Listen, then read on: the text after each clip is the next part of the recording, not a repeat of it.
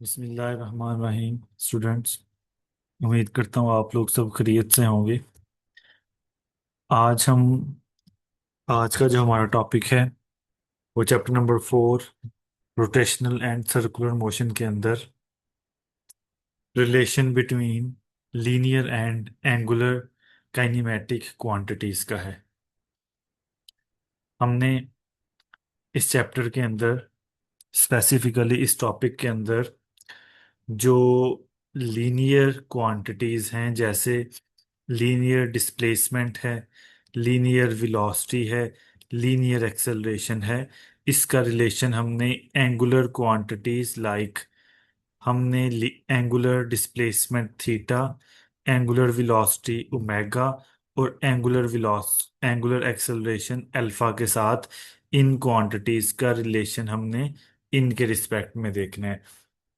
हमने देखना है कि डिस्प्लेसमेंट और लीनियर डिस्प्लेसमेंट और एंगुलर डिस्प्लेसमेंट का आपस में क्या रिलेशन है, लीनियर वेलोसिटी और एंगुलर वेलोसिटी का आपस में क्या रिलेशन है, लीनियर एक्सेलरेशन और एंगुलर एक्सेलरेशन का आपस में क्या रिलेशन है।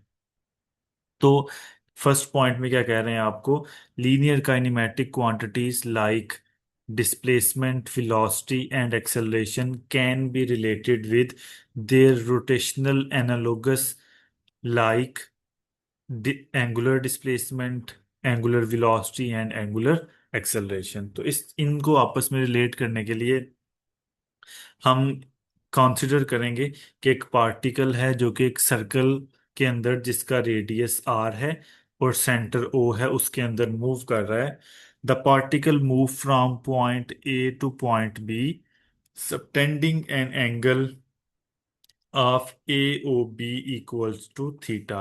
अगर साइड पे आपको डायग्राम नजर आ रही है कि कंसिडर करें कि ऑब्जेक्ट इनिशियली इस पॉइंट ओ के ऊपर था, वो अपनी एंगुलर मूवमेंट स्टार्ट करता है और वो मूव करके पॉइंट बी के ऊपर पहुंचता है। तो इससे जो एंगल ए ओ बी बनेगा सेंटर के ऊपर, वो उसको हमने थीटा के साथ रिप्रेजेंट किया हुआ है। And then move from point B to point C, और फिर वो पॉइंट बी से पॉइंट सी की तरफ मूव कर जाता है। और जो ए से सी पे मूव करने की वजह से एंगल ए ओ सी बनेगा, ये कंप्लीट, ये एंगल थीटा है। जो ए ओ बी था वो ये स्मॉल थीटा एंगल है, और जो एंगल ए ओ सी है ये वो बड़ा, ये जो रेड लाइन से रिप्रेजेंट हो रहा है, ये वो वाला एंगल है जो कि 1 रेडियन के इक्वल है। अब ये एंगल 1 रेडियन के इक्वल कैसे है, ये हमने लास्ट लेक्चर में स्टडी किया था जब हम एंगुलर डिस्प्लेसमेंट को स्टडी कर रहे थे, कि उसकी कंडीशन ये होती थी कि अगर जो आर्क लेंथ एस है वो इक्वल हो जाए रेडियस ऑफ सर्कल के, तो उस केस में जो ऑब्जेक्ट सेंटर के ऊपर एंगल बनाता है वो किसके इक्वल होता है, वो 1 रेडियन के इक्वल होता है। तो इस केस में आप देखें कि ओ से ए भी रेडियस है या ओ से सी भी रेडियस ऑफ सर्कल है, और ए से सी जो ऑब्जेक्ट डिस्प्लेस हुआ है ये भी किसके इक्वल है, this is also equals to r. So radius of circle और आर्क लेंथ स्मॉल आर के इक्वल है, जिसकी वजह से जो एंगल बन रहा है वो कितना है, 1 रेडियन है। तो ये जो एंगल ए ओ सी है this is 1 radian at the centre. फिर लेट आर्क ए बी को हम एस से रिप्रेजेंट कर रहे हैं, ये जो ए से बी पार्ट है इसको हम एस से रिप्रेजेंट कर रहे हैं, ए से बी पार्ट को। एंड जो एंगल ए ओ सी है ये ऑलरेडी डिस्कस कर चुके हैं, 1 रेडियन है, और आर्क ए टू सी यानी कि ये कंप्लीट ए टू सी किसके इक्वल है, small r radius of circle के इक्वल है। फिर हम ए पार्ट में हम फर्स्ट ऑफ ऑल हम जिस चीज को स्टडी कर रहे हैं वो है relation between linear and angular displacement. तो उसके लिए हम एक ज्योमेट्री का कंसेप्ट यूज करने वाले हैं। वो क्या है, ज्योमेट्री कहती है कि आप रेशियोज ऑफ आर्क लेंथ्स को, अगर रेशियो ऑफ आर्क लेंथ को और रेशियो ऑफ जो एंगल्स हैं वो आपस में क्या होती हैं, बराबर होती हैं। तो अगर आप दो आर्क्स जो हैं, पहली आर्क ए बी जो कि छोटे वाली है और दूसरी आर्क ए टू सी जो कि बड़ी वाली है, आप इनकी रेशियो निकाल लें और इन्हीं के एंगल्स की रेशियो निकाल लें, यानी कि आर्क ए बी का एंगल ए ओ बी बन रहा है, आर्क ए सी का एंगल ए ओ सी बन रहा है, इन दोनों की रेशियोज आपस में क्या है, बड़ा इक्वल होंगी। तो अब इनकी वैल्यूज प्लेस करें। आर्क ए बी को हमने स्मॉल एस के साथ और आर्क ए सी को आर के साथ रिप्रेजेंट किया हुआ है। एंगल ए ओ बी को थीटा के साथ और angle A O C 1 radian के इक्वल है। ठीक है। तो यहां से अगर देखें, आर यहाँ पे डिवाइड हो रहा है, इसको ऊपर जाके मल्टीप्लाई करवाएं तो ये क्या आ जाएगा, s is equals to r theta. ठीक है। तो ये डिनोमिनेटर में 1 है, ये लिखने की जरूरत नहीं होती, आप जानते हैं। तो ये जो रिलेशन है इसमें आप क्या देख रहे हैं, एस जो है this is the linear displacement, this is linear displacement,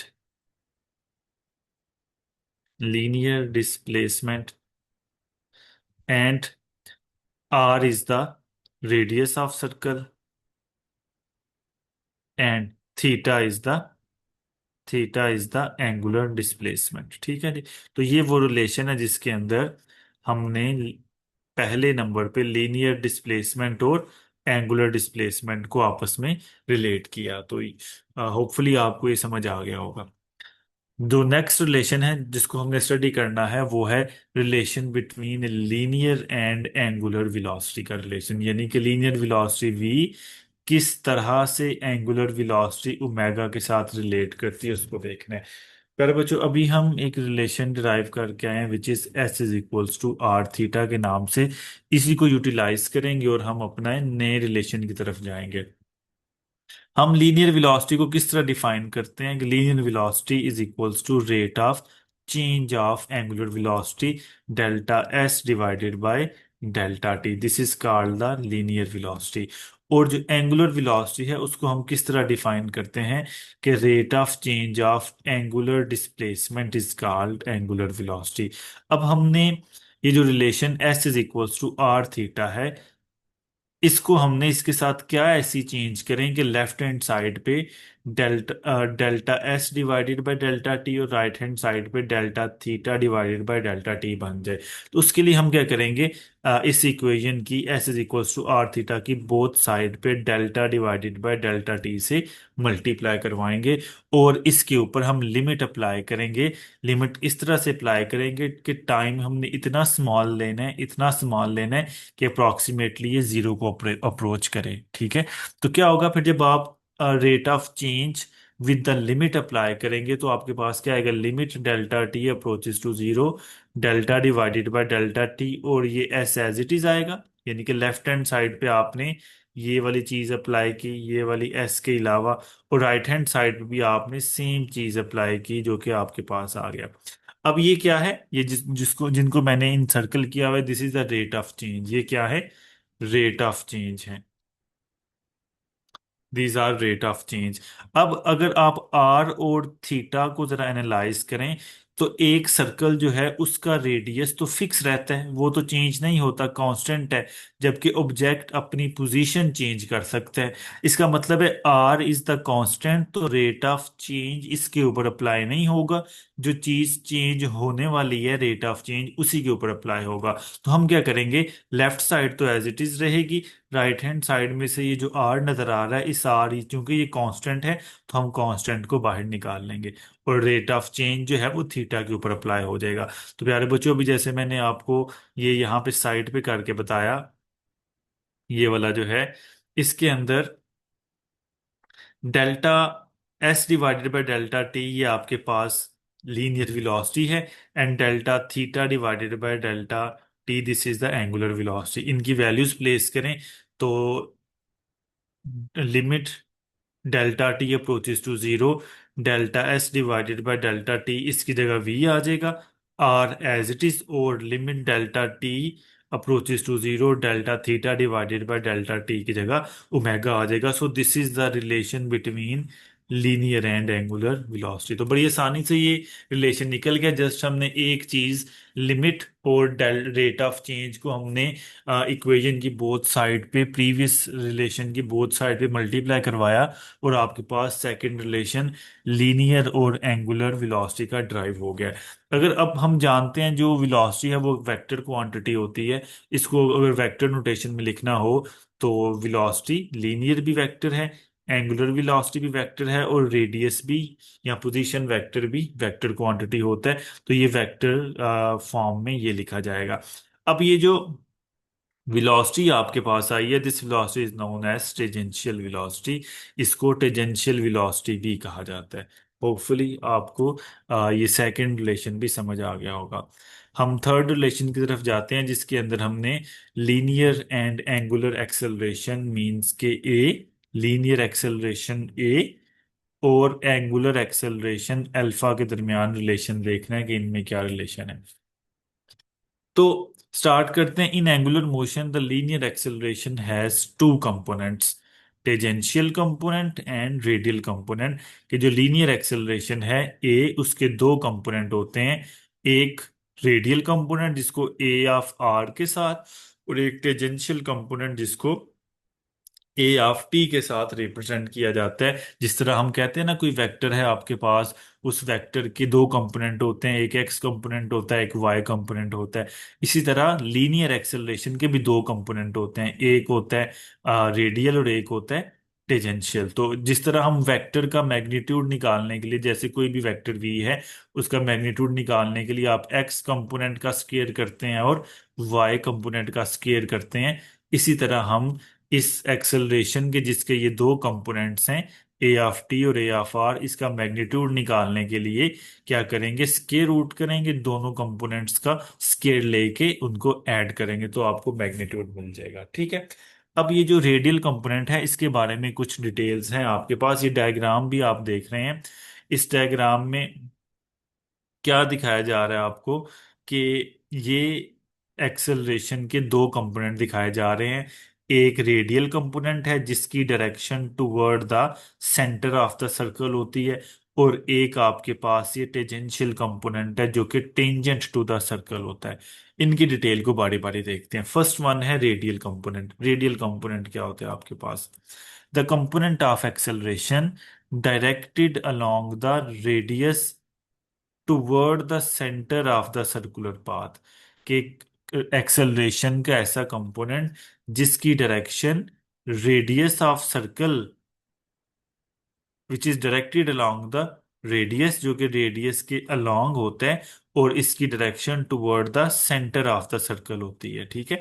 तो ये रेडियस के अलोंग कैसे है कि यहां से अगर हम सेंटर से सरकमफेरेंस तक एक लाइन ड्रॉ करें तो ये रेडियस, ये क्या कहलाएगी, this is the radius. Centre से सरकमफेरेंस तक एक लाइन ड्रॉ करें तो दिस इज द रेडियस, और ये जो रेडियल कंपोनेंट है ये इसके अलोंग यानी कि इसके पैरेलल होता है।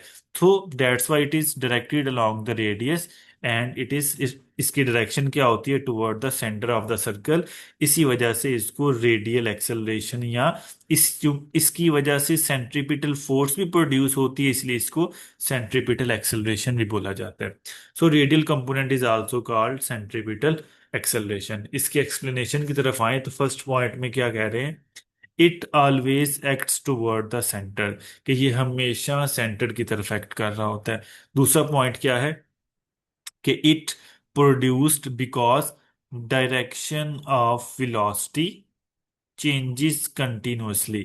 ये चीज याद रखने वाली है कि रेडियल कंपोनेंट कब प्रोड्यूस होगा, रेडियल कंपोनेंट उसी फॉर्म में प्रोड्यूस होगा जब आपके पास वेलोसिटी की वेलोसिटी जो है उसकी डायरेक्शन चेंज होगी, चेंज इन डायरेक्शन होगा वेलोसिटी की।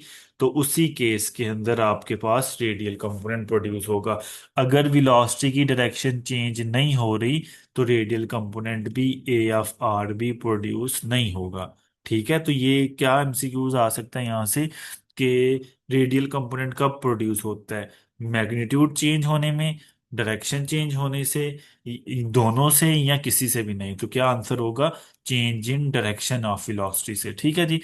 तो अगर स्पीड कांस्टेंट भी हो उसके बावजूद अगर चेंज इन वेलोसिटी हो रहा हो, तो change in direction of velocity हो रहा हो, तो क्या होगा, उसका रेडियल कंपोनेंट प्रोड्यूस होगा। फिर थर्ड पॉइंट है आपके पास, फर्स्ट भी हो गया, सेकंड भी, एंड थर्ड पॉइंट है आपके पास कि it changes only the direction of velocity not the magnitude. कि रेडियल कंपोनेंट सिर्फ वेलोसिटी की डायरेक्शन को चेंज कर रहा होता है, इसका मैग्नीट्यूड के साथ कोई ताल्लुक नहीं होता। मैग्नीट्यूड कम ज्यादा हो रेडियल कंपोनेंट पे फर्क नहीं पड़ता। हाँ, डायरेक्शन चेंज हो रही हो तो रेडियल कंपोनेंट प्रोड्यूस होता है, और रेडियल कंपोनेंट ही डायरेक्शन को भी चेंज कर रहा होता है। होपफुली आपको रेडियल कंपोनेंट ऑफ एक्सेलरेशन जो है वो समझ आ गया होगा कि इसका क्या रोल होता है एक्सेलरेशन के अंदर। नाउ जो सेकंड इसका कंपोनेंट है वो है आपके पास टेंजेंशियल कंपोनेंट। तो it is the tangential come क्या है? The component of acceleration along the tangent to the circular path. For example, tangent क्या होता है पहले इसको समझते हैं। लेट्स से ये आपके पास एक सर्कल है। टेंजेंट प्यारे बच्चों उस लाइन को कहा जाता है जो कि सर्कल को किसी एक पॉइंट पे टच करके गुजरती है, लाइक दिस। अब ये जो लाइन मैंने ड्रॉ की है, this line is the tangent line, this is the tangent line. ये क्या है आपके पास? ये आपके पास एक टेंजेंट लाइन है जो कि सर्कल को एक पॉइंट पे टच करके गुजर रही है। और आपके पास जो टेंजेंशियल कंपोनेंट होता है ये भी टेंजेंट टू द सर्कल होता है।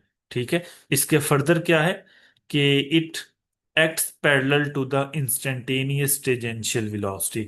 अगर आपको याद हो, जब हम वेलोसिटी का लेक्चर पढ़ रहे थे तो उसमें हमने देखा था कि वेलोसिटी जो है उसकी डायरेक्शन अगर हमने फाइंड करनी हो तो वो कैसे मिलेगी हमें डायरेक्शन? उस वेलोसिटी का आप जो है वो उस पोजीशन के ऊपर टेंजेंट ड्रॉ करें तो आपको वेलोसिटी की डायरेक्शन मिल जाएगी। तो जो एक्सेलरेशन का भी टेंजेंशियल कंपोनेंट होता है वो इसी वेलोसिटी की डायरेक्शन के पैरेलल होता है, यानी कि इसी के ऊपर वो ड्रॉ होगा। तो दोनों, ये वेलोसिटी का ये आ गया और ये वाला कौन सा आएगा? ये एक्सेलरेशन का टेंजेंशियल कंपोनेंट आएगा जो कि पैरेलल होगा वेलोसिटी के। ठीक है, तो दूसरा पॉइंट में क्या कह रहे हैं? It produced when the magnitude of the velocity changes. अब देखें, ये कब प्रोड्यूस होता है? जब वेलोसिटी का मैग्नीट्यूड चेंज हो रहा होता है। जो यहाँ पे डिफरेंस जरा नोट करें कि जो रेडियल कंपोनेंट है ए ऑफ आर वो प्रोड्यूस हो रहा था जब डायरेक्शन ऑफ वेलोसिटी चेंज हो रही थी, जब डायरेक्शन ऑफ वेलोसिटी चेंज हो रही थी। और जो रेडियल जो टेंजेंशियल कंपोनेंट है ये कब प्रोड्यूस हो रहा है? जब मैग्नीट्यूड ऑफ वेलोसिटी चेंज हो रहा है, मैग्नीट्यूड ऑफ वेलोसिटी चेंजेस। ठीक है, तो ये डिफरेंस आपने याद रखना है। और इट इंक्रीजेज और डिक्रीजेज द स्पीड। जाहिर बात है जब ये मैग्नीट्यूड के साथ इसका लिंक है तो फिर जब स्पीड कम या ज्यादा होगी तो ये भी उसी उसी के साथ कम या ज्यादा होगा of the object, but does not change the direction of the object. बिल्कुल जिस तरह रेडियल कंपोनेंट का ताल्लुक मैग्नीट्यूड के साथ नहीं था, मैग्नीट्यूड के साथ इसका रिलेशन नहीं था, इसी तरह टेंजेंशियल कंपोनेंट का रिलेशन डायरेक्शन के साथ नहीं है। डायरेक्शन के होने या ना होने से टेंजेंशियल कंपोनेंट के ऊपर फर्क नहीं पड़ता। ठीक है, तो होपफुली आपको दोनों कंपोनेंट्स के दरमियान क्लैरिटी हो गई होगी कि रेडियल कंपोनेंट क्या काम करता है और टेंजेंशियल कंपोनेंट क्या काम करता है। अब जो हमारा मेन था वो हमने रिलेशन देखना था कि लीनियर एक्सेलरेशन ए और एंगुलर एक्सेलरेशन अल्फा के दरमियान क्या रिलेशन है। अभी हम रिलेशन एक ड्राइव करके आए हैं, v is equals to R omega. Again हम क्या बनाना चाह रहे हैं? एक साइड पे लीनियर एक्सेलरेशन और एक साइड पे एंगुलर एक्सेलरेशन। हम जानते हैं कि जो लीनियर एक्सेलरेशन होती है स्मॉल ए वो इक्वल होती है rate of change of velocity, change in velocity over change in time। And angular acceleration alpha होती है rate of change of angular velocity। Again अब हम इस इक्वेशन के साथ ये जो इक्वेशन आपके पास लिखी गई है, इस इक्वेशन के साथ हम ऐसा क्या करें कि एक तरफ लीनियर एक्सेलरेशन और एक तरफ एंगुलर एक्सेलरेशन आ जाए।